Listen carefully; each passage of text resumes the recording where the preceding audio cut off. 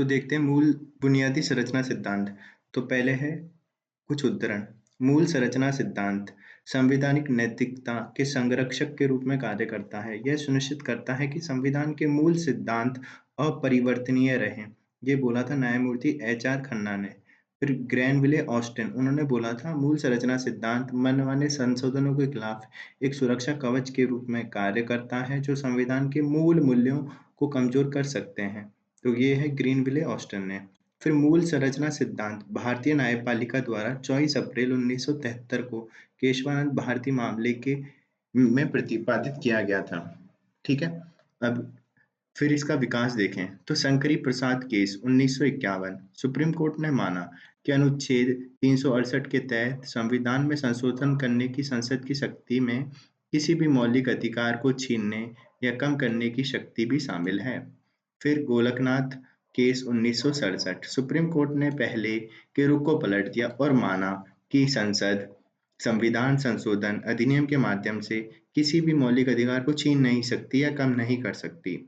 फिर 24वें संविधान संशोधन अधिनियम 1971 संसद ने गोलकनाथ मामले में सर्वोच्च न्यायालय के फैसले का मुकाबला करने के लिए अधिनियम पारित किया और इसने घोषित किया कि संसद के पास अनुच्छेद 368 के तहत संवैधानिक संशोधन के माध्यम से किसी भी मौलिक अधिकार को छीनने या कम करने का शक्ति है। फिर केशवानंद भारती केस 1973 इस मामले में सुप्रीम कोर्ट ने 24वें संविधान संशोधन अधिनियम की वैधता को बरकरार रखा और संविधान के मूल ढांचे का एक नया सिद्धांत प्रतिपादित किया। इसने कहा कि संसद संविधान के मूल ढांचे का हिस्सा बनने वाले किसी भी मौलिक अधिकार को छीन नहीं सकती या कम नहीं कर सकती। फिर 42वां संविधान संशोधन अधिनियम 1976 इसने यह घोषित करने के लिए अनुच्छेद 368 में संशोधन किया कि संसद की घटक शक्ति पर कोई सीमा नहीं है और किसी भी आधार पर किसी अदालत में किसी भी संशोधन पर सवाल नहीं उठाया जा सकता। फिर आया मिनर्वा मिल्स केस 1980। उच्चतम न्यायालय ने 42वें संविधान संशोधन 1976 के उपरोक्त प्रावधान को इस आधार पर अमान्य कर दिया कि इसमें न्यायिक समीक्षा को बाहर रखा गया है जो कि संविधान का बुनियादी विशेषता है। फिर है बामन राव केस 1981। इस मामले में सुप्रीम कोर्ट ने मूल संरचना के सिद्धांत का पालन किया और स्पष्ट किया कि केशवानंद भारती मामले के फैसले की तारीख यानी 24 अप्रैल 1973 के बाद अधिनियम सभी संवैधानिक संशोधन अधिनियमों पर लागू होगा। फिर वर्तमान स्थिति तो अनुच्छेद 368 के तहत संसद संविधान के किसी भी भाग में संशोधन कर सकती है जिसमें मौलिक अधिकार भी शामिल हैं लेकिन संविधान के मूल ढांचे को प्रभावित किए बिना। तो ये हो गया इसका विकास। पहले शंकरी प्रसाद केस, फिर गोलकनाथ केस, फिर 24वां संविधान संशोधन, केशवानंद भारती केस, फिर 42वां संविधान संशोधन, मिनर्वा मिल्स केस, फिर बामन राव केस और फिर वर्तमान स्थिति। अब बुनियादी संरचना सिद्धांत का महत्व क्या है? तो ये संसद की शक्ति पर सीमा लगाकर संविधान की सर्वोच्चता सुनिश्चित करती है। ठीक है। फिर अगला है मनमाने संशोधनों के विरुद्ध न्यायिक सुरक्षा प्रदान करती है। उदाहरण है इंदिरा गांधी बनाम राजनारायणवाद। ठीक है।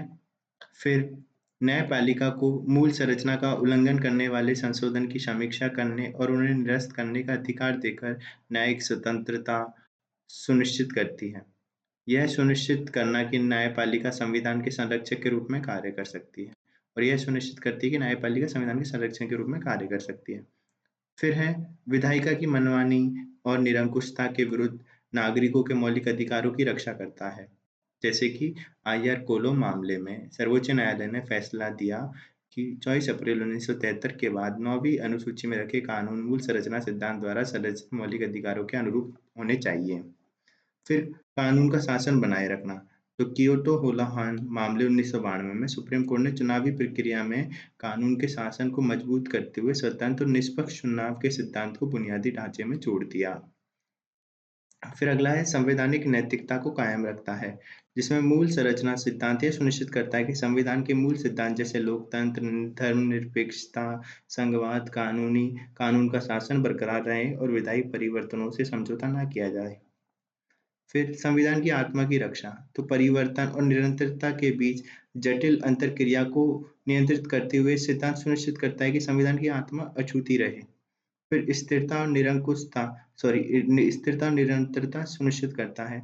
यह सिद्धांत संविधान में बार-बार होने वाले आमूल-चूल बदलावों को रोकता है और शासन को बाधित कर सकते हैं, जो कि शासन को बाधित कर सकते हैं, को रोकता है। जिससे कानूनी प्रणाली की स्थिरता में योगदान होता है। फिर है बुनियादी संरचना सिद्धांत की आलोचना क्या है? तो स्पष्टता और निष्पक्षता का अभाव है। यह सिद्धांत सटीक भाषा का अभाव है। तो सिद्धांत में सटीक भाषा का अभाव है, स्पष्टता और निष्पक्षता का अभाव है पहला तो। अलग-अलग न्यायाधीशों के द्वारा व्याख्या के आधार भिन्न-भिन्न हैं। फिर शक्तियों के पृथक्करण के सिद्धांत के साथ असंगत है क्योंकि न्यायपालिका को संसद की विधायी और घटक शक्ति के हस्तक्षेप करने की अनुमति देता है। फिर है संवैधानिक आधार का अभाव है। तो यह सिद्धांत संविधान में किसी भी स्पष्ट प्रावधान द्वारा समर्थित नहीं है। फिर अलोकतांत्रिक प्रकृति है। इस सिद्धांत को अलोकतांत्रिक रूप में देखा जाता है क्योंकि यह अनिर्वाचित न्यायाधीशों को लोगों के निर्वाचित प्रतिनिधियों द्वारा लिए गए निर्णय को पलटने की अनुमति देता है। फिर न्यायिक दर्शन को लागू करने की ओर ले जाता है। यह सिद्धांत न्यायपालिका को लोकतांत्रिक तरीके से बनी सरकार पर अपना दर्शन थोपने की शक्ति प्रदान करता है। फिर न्यायिक अतिरेक, जैसे सुप्रीम कोर्ट ने इस सिद्धांत पर भरोसा करके एनजेसी बिल को अमान्य घोषित कर दिया। तो इसकी कुछ आलोचनाएं हैं। स्पष्टता और निष्पक्षता का तो क्या अभाव है। फिर है शक्तियों के पृथक्करण के सिद्धांत के साथ असंगत है। संवैधानिक आधार का अभाव है। अलोकतांत्रिक प्रकृति है। न्यायिक दर्शन को लागू करने की ओर ले जाता है और न्यायिक अतिरेक।